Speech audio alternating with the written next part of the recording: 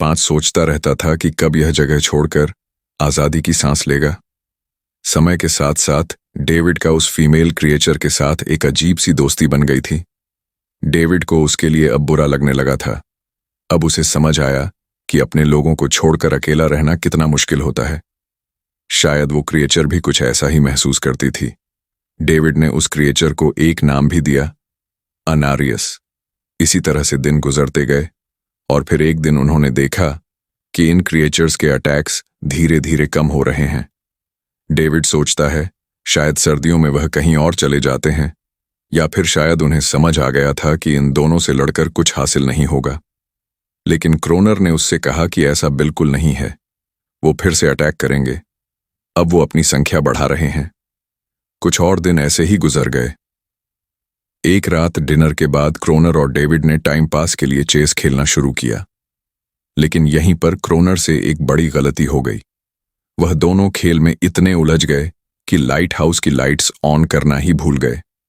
अंधेरे का फायदा उठाकर क्रिएचर्स ने उन पर अटैक कर दिया। डेविड ने देखा कि क्रिएचर्स की संख्या इतनी ज्यादा थी कि 2 लोग मिलकर भी ज्यादा देर तक नहीं लड़ सकते थे, और इस बार उनके पास कोई प्लानिंग भी नहीं थी। गन्स की बुलेट्स भी ऑलमोस्ट खत्म हो चुकी थीं। किसी तरह बचते बचाते वह लाइट हाउस के टॉप तक पहुंच गए। लेकिन इस बीच क्रोनर के पैर में गहरी चोट आ गई। वो क्रिएचर्स आज उन पर भारी पड़ गए थे। दोनों को लगा कि आज उनकी मौत पक्की है। लेकिन खुशकिस्मती से सुबह हो गई। जैसे ही सूरज धीरे धीरे उभरता है, वो क्रिएचर्स लाइट हाउस छोड़कर समुद्र में वापस चले जाते हैं। कड़कती धूप निकलने के बाद एनेरियस क्रोनर के जख्म को ठीक करने की कोशिश करती है। लेकिन अब तक डेविड को समझ आ चुका था कि वो इन क्रिएचर्स के साथ यह लड़ाई जीत नहीं सकते। बुलेट्स भी अब खत्म होने के करीब है। उनके पास खाना भी इतना नहीं है कि वह ज्यादा देर तक चल सके। लकीली अगले दिन जब डेविड लाइट हाउस के बाहर इधर उधर घूम रहा था, तो उसने समुद्र में एक जहाज देखा। वो जल्दी से अंदर से फ्लेयर गन लाया और जहाज को सिग्नल देने गया। लेकिन क्रोनर ने उसे रोक दिया, क्योंकि वह नहीं चाहता था कि डेविड यहां से जाए। उसी वक्त अनारियस ने क्रोनर पर हमला कर दिया। वो डेविड को क्रोनर से बचाना चाहती थी। क्रोनर किसी को भी यह आइलैंड छोड़ने नहीं देना चाहता था। यह आइलैंड उसकी अपनी दुनिया थी, जहां वो एक किंग की तरह रहता था। वो डेविड को भी जाने नहीं देना चाहता था। इतने समय से अकेला रहने के बाद अब उसके पास कोई था जिससे वह बात कर सकता था, और अगर डेविड उस शिप में वापस चला गया तो वह वहां जाकर सबको एनेरियस और उनके बारे में बता देगा। इसलिए अब डेविड यहां से नहीं जा सकता। धीरे धीरे वह शिप डेविड की आंखों के सामने समुद्र में गायब हो गई। अब उसके पास कुछ भी करने को नहीं था। कुछ और दिन ऐसे ही बीत गए। क्रोनर अब भी डेविड और अनारियस दोनों के साथ बुरा बर्ताव कर रहा था। लेकिन अनारियस को वो खास तौर पर मारता था, जो डेविड को बिल्कुल पसंद नहीं था।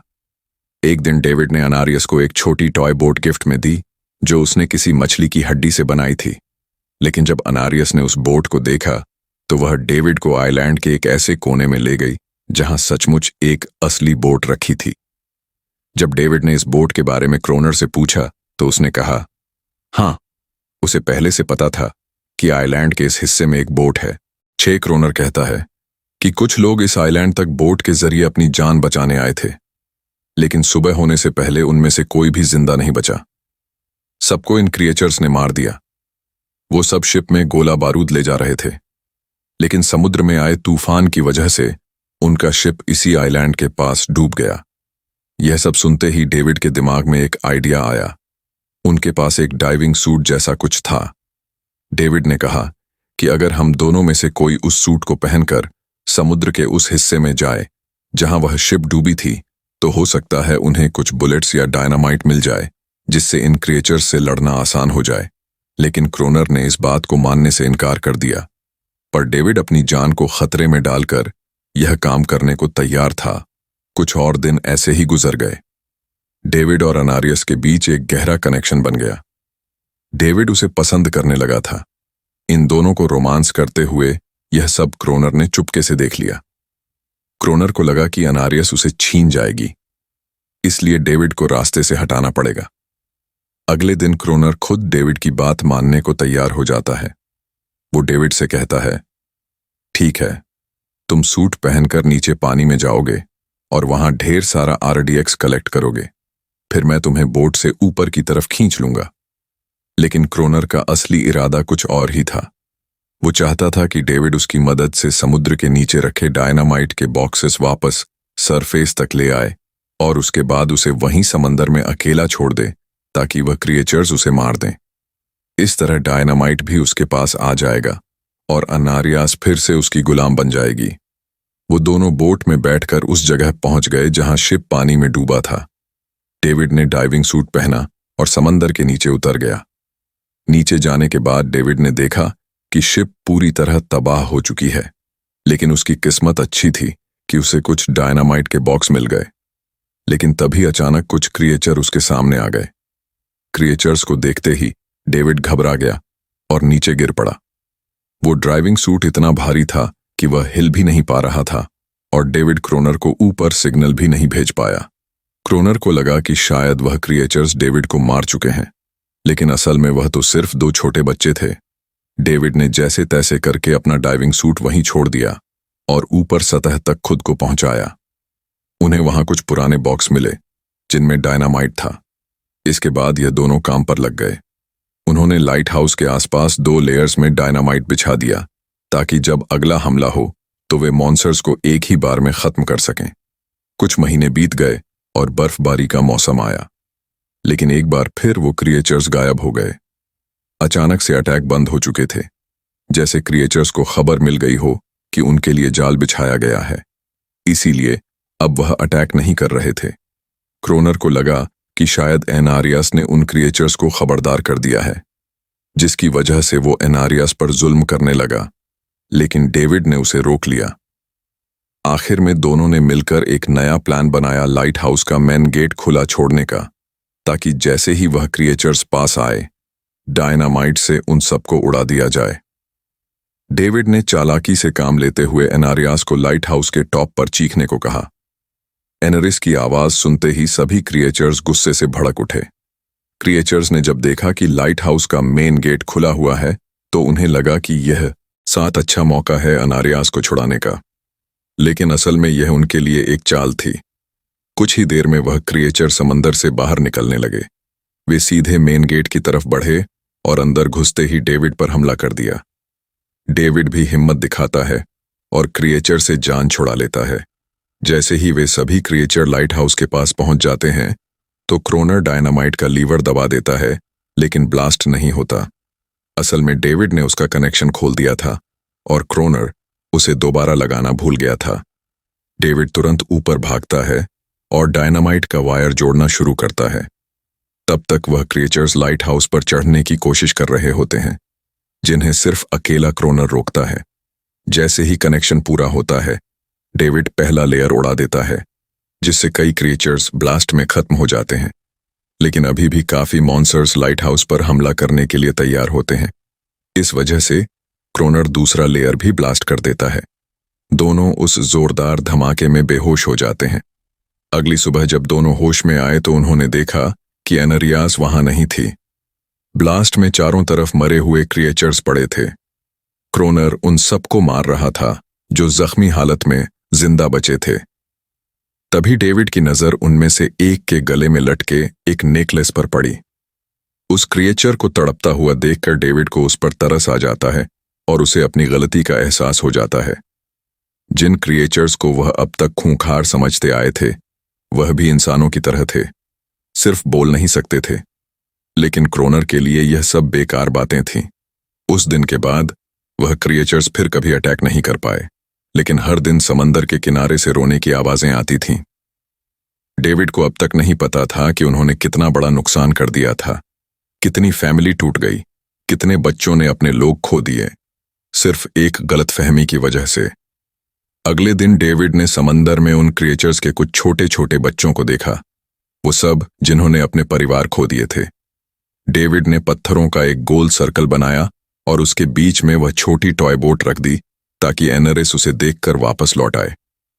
डेविड ने कई घंटे इंतजार किया, लेकिन एनरिस कभी वापस नहीं आई। सुबह नींद से जागने के बाद डेविड ने देखा कि क्रोनर सो रहा है। क्रोनर के पास कुछ पुरानी चीजें रखी थीं। उनमें एक पुरानी तस्वीर भी थी और जैसे ही डेविड ने उस तस्वीर को देखा वह हैरान रह गया।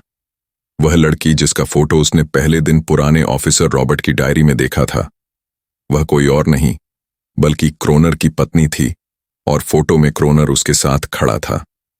असल में 1 साल पहले आए वेदर ऑफिसर रॉबर्ट मरा नहीं बल्कि उसने अपनी पहचान बदल दी थी। यानी क्रोनर ही वेदर ऑफिसर रॉबर्ट है, बस उसने अपना नाम बदल लिया था क्योंकि अब वह कभी इस आइलैंड को छोड़ना नहीं चाहता था। यह सब देखकर डेविड ने भी यह उम्मीद छोड़ दी कि वह कभी इस आइलैंड से जा पाएगा। अगले दिन शाम को जब डेविड समंदर के किनारे गया, उसने देखा कि उस सर्कल में रखी छोटी बोट अब वहां नहीं थी, लेकिन उसी जगह पर उसने एक क्रिएचर का छोटा सा बच्चा देखा जिसके हाथों में वह बोट थी। डेविड ने अपने हाथ में जलती हुई लकड़ी को उस सर्कल के बीच में फेंक दिया ताकि वह दिखा सके कि उसका इरादा लड़ने का नहीं है और उसे किसी को खतरा महसूस ना हो। वह उनके साथ दोस्ती करना चाहता था। कुछ ही देर बाद समंदर की लहरों से एनारिस निकलती है और उसके पीछे पूरा क्रिएचर्स का ग्रुप भी समंदर से बाहर आता है। लेकिन इस बार कोई भी डेविड पर अटैक नहीं करता क्योंकि वे भी अब शांति चाहते हैं। उनका इरादा सिर्फ एक सुरक्षित जगह पाने का था, अपने बच्चों के लिए। लेकिन तभी वहां क्रोनर हाथ में बंदूक लिए पहुंच जाता है। क्रोनर को लगता है कि अगर शांति हो गई तो उसे सबसे ऊपर होने का एहसास कैसे होगा। डेविड उसे समझाने की कोशिश करता है कि यह क्रिएचर्स लड़ना नहीं चाहते, यह शांति चाहते हैं। लेकिन क्रोनर किसी की नहीं सुनता। वो एनेरियस से चिल्लाकर कहता है, अंदर चली जाओ। लेकिन यह पहली बार था कि एनेरियस ने उसकी बात नहीं मानी क्योंकि अब वह उसकी नौकरानी नहीं थी। यह देखकर क्रोनर को लगता है कि अब इस आइलैंड पर उसकी बादशाहत नहीं रही। क्रोनर खुद को अंदर से कमजोर महसूस करने लगता है क्योंकि अब कोई भी उसका हुक्म नहीं मान रहा था। गुस्से में उसने लाइट हाउस की तरफ कदम बढ़ाए। डेविड को लगा शायद क्रोनर को अब समझ आ गया होगा कि हर एक जानवर आजादी चाहता है, कोई भी किसी का गुलाम बनकर नहीं जीना चाहता। लेकिन क्रोनर के सर से बादशाहत का भूत कहां उतरने वाला था। जैसे ही वह लाइट हाउस पहुंचा, उसने सिग्नल गन से एक फ्लेयर छोड़ी जो सीधा जाकर एक क्रचर के बच्चे से टकरा गई। उस बच्चे की तुरंत मौत हो गई। सभी क्रचर्स डर के मारे भाग गए और एनेरियस ने भी डेविड पर अपना पूरा भरोसा खो दिया। गुस्से से पागल डेविड तुरंत लाइट हाउस की तरफ भागता है, क्रोनर को सबक सिखाने। डेविड उससे लड़ने लगता है, क्यों किया तूने यह सब?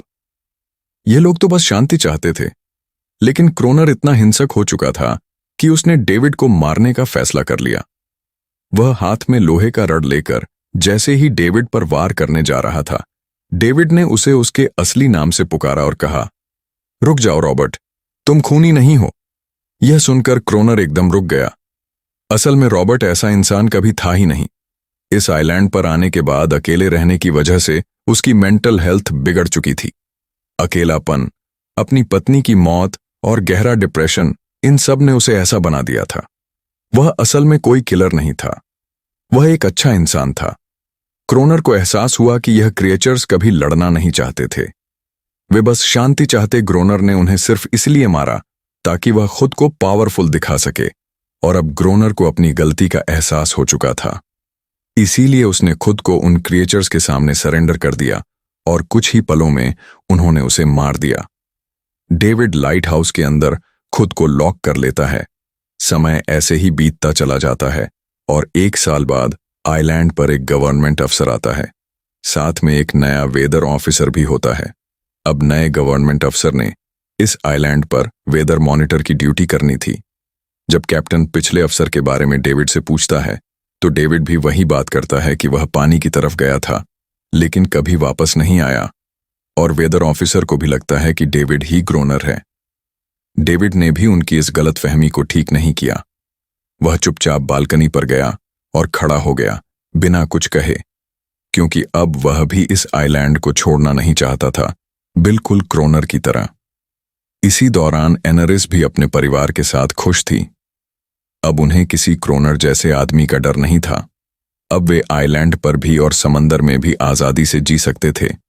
इसी के साथ कहानी खत्म हो जाती है।